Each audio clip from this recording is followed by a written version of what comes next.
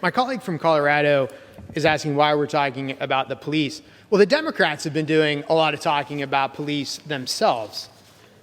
Lots of talking about police. Representative Ilhan Omar, talking about the Minneapolis Police Department following the death of George Floyd, said, quote, "You can't really reform a department that is rotten to the root." So again, we're talking about police because police are heroes. We've always stood with the police as Republicans. I wish my Democrat colleagues could say the same, but they have said repeatedly throughout the summer in the past, atrocious things about the police. Chairwoman Maxine Waters, in response to the death of Rayshard Brooks, who tried to shoot officers with their own tasers during an attempted DUI arrest, the chairwoman said, and I quote, "Police reform is not enough. Getting rid of serial, racist, ignorant, and stupid cops must be a top priority. Let's call them out. Police protective unions, you've got to go too," end quote. The attacks go on on our law enforcement. Representative Rashida Tlaib said after the death of Daunte Wright, when following a physical struggle, an officer fired their service weapon instead of the intended laser.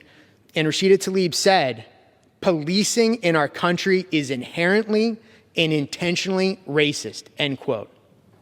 Representative Tlaib has also said, "No more policing, incarceration, and militarization. It can't be reformed," end quote. Again, this is what Democrats say about police.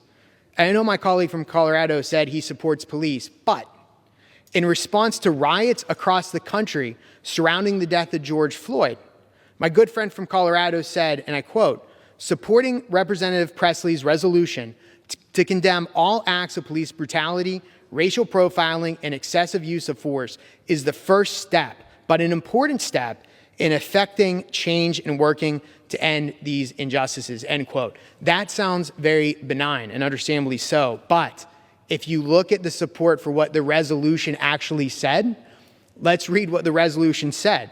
I quote the resolution: "The system of policing in America and its systemic targeting of and use of deadly and brutal force against people of color, particularly Black people, stems from the long legacy of slavery, lynching, Jim Crow laws, and the war on drugs in the United States," end quote.